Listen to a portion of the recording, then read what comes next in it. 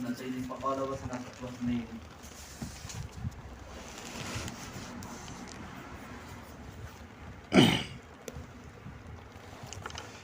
یہ 35واں باب ہے. باب هل يجعل للنساء يوم على حدة في العلم. کیا عورتوں کے لیے کوئی دن مستقل علم کے لیے متعین کیا جا سکتا ہے؟ یہ سوالیہ طور پر امام بخاری رحمۃ اللہ علیہ نے عنوان قائم کیا. ایک ہوتا ہے فضائل والا علم، ایک ہوتا ہے مسائل والا علم. فضائل والا علم آپ روزانہ پڑھ سکتے ہیں، اس میں کوئی حرج نہیں ہے، اس لیے کہ اس کا تعلق فضائل سے ہے.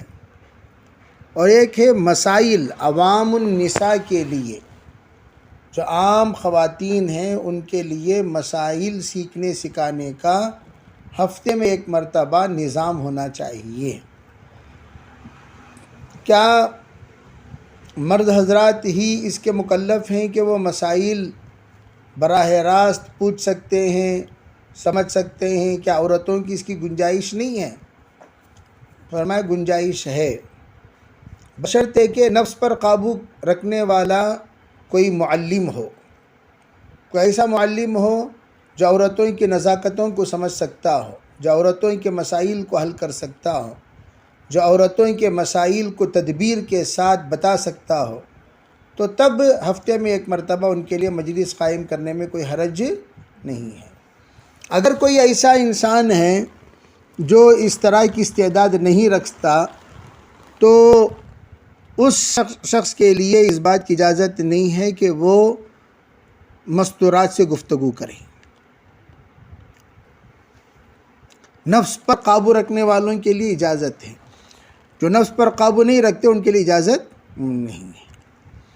اس لیے حضرت امام بخاری رحمۃ اللہ علیہ نے سوال قائم فرما کر اس بات کو واضح کرنا چاہتے ہیں تاکہ کوئی اس بات کے دھوکے میں نہ پڑے کہ بھئی ہر ایک انسان آ رہا ہے، خواتین سے خطاب کر رہا ہے، مسائل بیان کر رہا ہے، ان کی نزاکتوں سے واقف نہیں ہے، پھر خواتین سے وہ گفتگو کر رہا ہے. تو ایسے موقع پر اجازت نہیں دی جائے گی. علماء نے کہا کہ جو لوگ شہوت والے ہیں اور جن کی نظریں قابو میں نہیں ہیں، جن کا دل قابو میں نہیں ہے، جن کی سوچ قابو میں نہیں ہے، جن کی فکر قابو میں نہیں ہے، ایسے لوگ ہرگز خواتین سے خطاب نہ کریں، ورنہ وہ لوگ کوئی ایسی فحش کلامی کر دیں گے جس کی وجہ سے ان کی نزاکتوں میں پھر خلل پیدا ہوگا، فتنے کا سبب بنے گا. اس لیے ایسے لوگوں کو خطاب کرنے کا موقع نہیں دینا چاہیے خواتین سے، جو لوگ آداب گفتگو خواتین سے واقف نہیں ہیں. چنانچہ آپ دیکھیے خواتین آ کر حضور سے مطالبہ کر رہی ہیں، حضور آپ سب کو سکھاتے ہیں، ذرا ہمارے لیے بھی ایک دن متعین فرمائیں.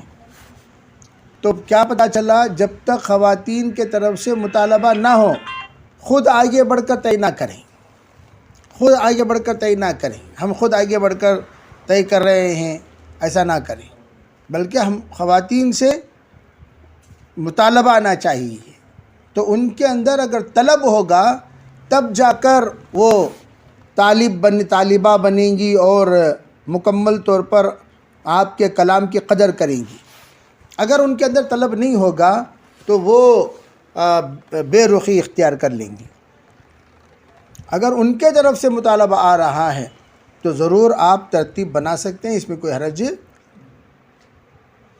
غلبنا علیک الرجال، حضور آپ پر تو ہم سے زیادہ مرد حضرات غالب ہیں. کیا مطلب؟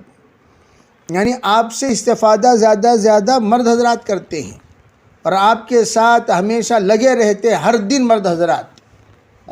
ہمارے لیے تو کوئی دن ہے ہی نہیں، کوئی وقت ہے ہی نہیں. جب دیکھو صبح و شام مردوں میں آپ کا بیان ہوتا ہے، مردوں میں آپ کی تفسیر ہوتی ہے، مردوں میں آپ کی نصیحت ہوتی ہے، مردوں میں آپ کی تربیت ہوتی ہے، ہمیں تو کچھ نہیں ہے۔ فَجْعَلْ لَنَا يَوْمًا مِّن نَفْسِكَ یا رسول اللہ، حضور آپ اپنے طرف سے کوئی دن متعین فرمائیں، آپ جو دن بولیں گے وہ دن ہم حاضر ہونے کو تیار ہیں۔ تو آپ علیہ الصلاۃ والسلام نے وہ دن متعین فرمایا۔ فَوَعَظَهُنَّ، آپ نے ان سے وعظ و نصیحت فرمائی۔ وہ کون دن؟ جس دن آپ نے متعین فرمائی وہ دن میں وَعَظَهُنَّ يَوْمًا لَقِيَهُنَّ فِيهِ، ایک دن آپ نے متعین فرمائی اور وہ دن آپ مستورات کے لیے مختص کیا اور وہاں آپ ملاقات فرماتے تھے۔ ملاقات کے معنی یعنی حاضر ہوتے تھے، وہاں خواتین ہوتی تھیں اور خواتین اپنے اپنے مسائل حضور کے سامنے رکھتے تھیں اور اس مسئلے کو حل کر لیا کرتی تھیں۔ فَوَعَظَهُنَّ، آپ اس دن مستورات سے نصیحت فرماتے، وعظ و نصیحت فرماتے، وَأَمَرَهُنَّ، اور جو بھی احکام ہیں اللہ کے وہ سب بیان فرماتے۔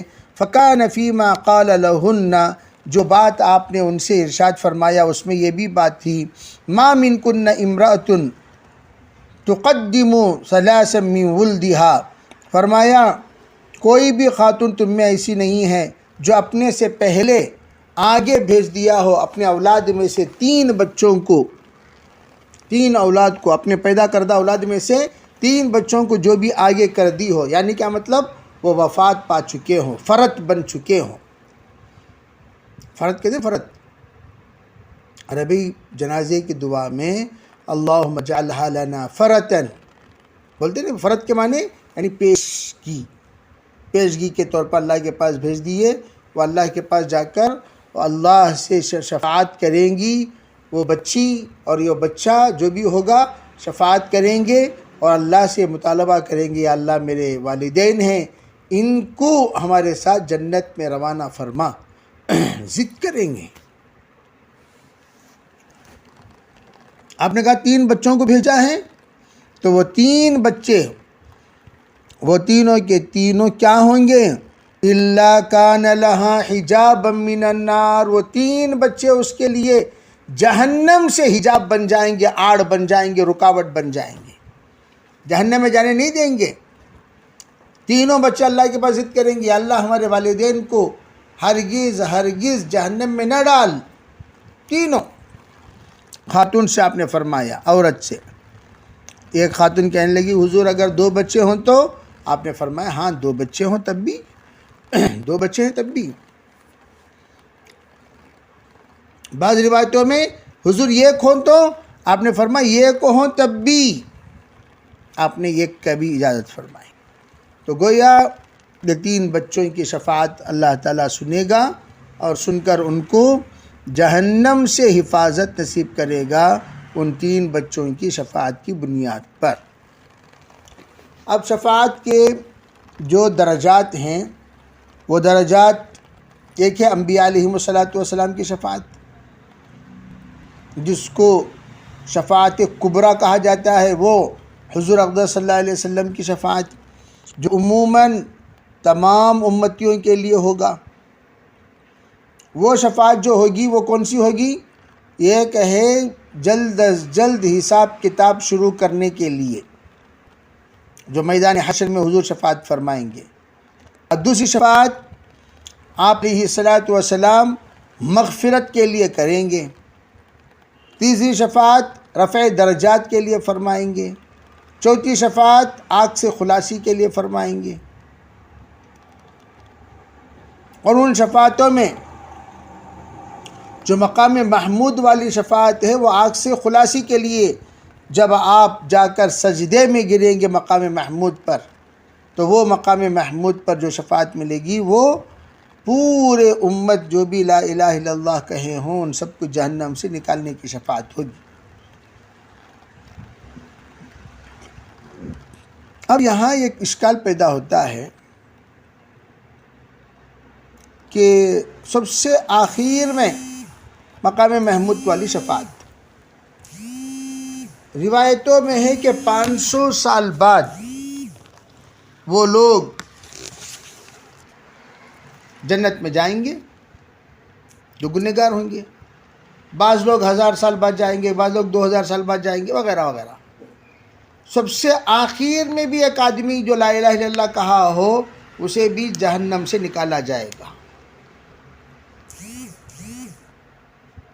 ارے بھئی، جب اسے جہنم سے نکالا جائے گا، حالانکہ جنت میں ایک بار جانے کے بعد دوبارہ واپس آنا نہیں ہوتا۔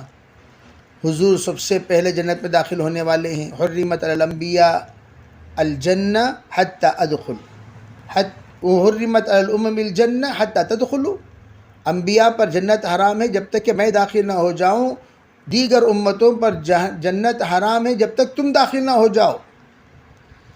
جب آپ اندر چلے گئے، پھر باہر آ کر سفارش کریں گے کیسے؟ ابھی تمام لوگ جنت میں چلے جانے کے بعد آپ علیہ الصلاۃ والسلام کی سفارش جاری ہیں۔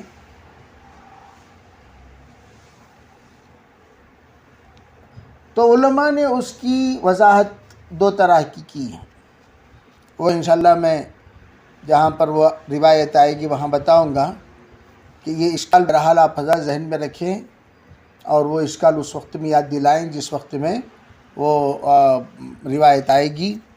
بہرحال وہ اس سے پہلے گزر بھی چکی ہے روایت، کتاب الایمان میں مثقال ذرہ کی روایت گزر بھی چکی ہے۔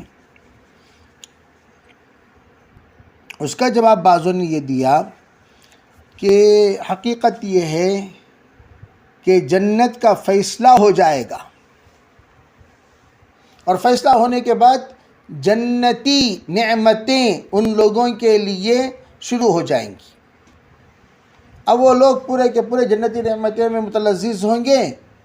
آپ علیہ الصلاۃ والسلام یہاں جو ما بقیہ لوگ ہیں ان کو جنت پہ لے جانے کے فکر میں آپ لگے ہوں گے۔ تو جن لوگوں کا شفاعت میں نکالنا طے ہو گیا، ان سب کو لے کر حضور جنت میں جائیں گے۔ ایسا نہیں کہ جا کر آئیں گے، ایسا نہیں، سب کو لے کر جائیں گے آپ جنت میں۔ اسی لیے قرآن پاک میں اللہ کے رسول علیہ الصلاۃ والسلام کو تمام امتیوں پر شہید قرار دیا گیا، شہداء علی الناس وَيَكُونُ الرَّسُولُ عَلَيْكُمْ شَهِيدًا۔ تو یہ جو رسول ہیں، اس رسول سے مراد متفقہ طور پر تمام مفسرین کے نزدیک حضور اقدس صلی اللہ علیہ وسلم۔ تو حضور سب کے لیے شہید ہوں گے، سب کے لیے گواہ ہوں گے، اور آپ علیہ الصلاۃ والسلام کی شفاعت ہوگی۔ اب اس کے بعد جب نبیوں کی شفاعت ختم ہو جائے گی، اس کے بعد ولیوں کی شفاعت ہوگی، علماء کی شفاعت ہوگی، ان بچوں کی شفاعت ہوگی۔ یہ ترتیب سے شفاعت کا ایک نظام، ایک سلسلہ اللہ کے پاس جاری و ساری رہے گا۔ اب جو نصوص سے ثابت ہیں شفاعت کی، وہ ان بچوں کی شفاعت، جو بچے یہاں پر جن کا تذکرہ ہوا، ثلاثۃ من ولدہا، یہ بچے اللہ کے پاس شفاعت کریں گے، جہنم سے حجاب بن جائیں گے۔ جی قال حدثني محمد بن بشار قال حدثنا غندر قال حدثنا شعبة عن عبد الرحمن بن أصبهاني عن ذكوان عن أبي سعيد رضي الله عنه عن النبي صلى الله عليه وسلم بهذا، وعن عبد الرحمن بن الأصبهاني قال سمعت أبا حازم عن أبي هريرة رضي الله عنه قال ثلاثة لم يبلغوا الحنث۔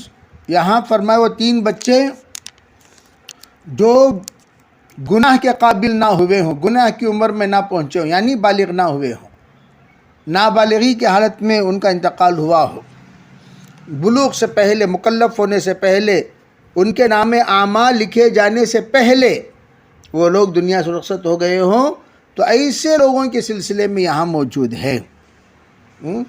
عام لوگوں کے بارے میں نہیں ہے، ایسے بچوں کے بارے میں یہاں موجود ہے۔ جی باب من سمع شيئا فلم يفهمه فراجعه حتى يعرفه، وبه قال حدثنا سعيد بن ابي مريم قال اخبرنا نافع بن عمر قال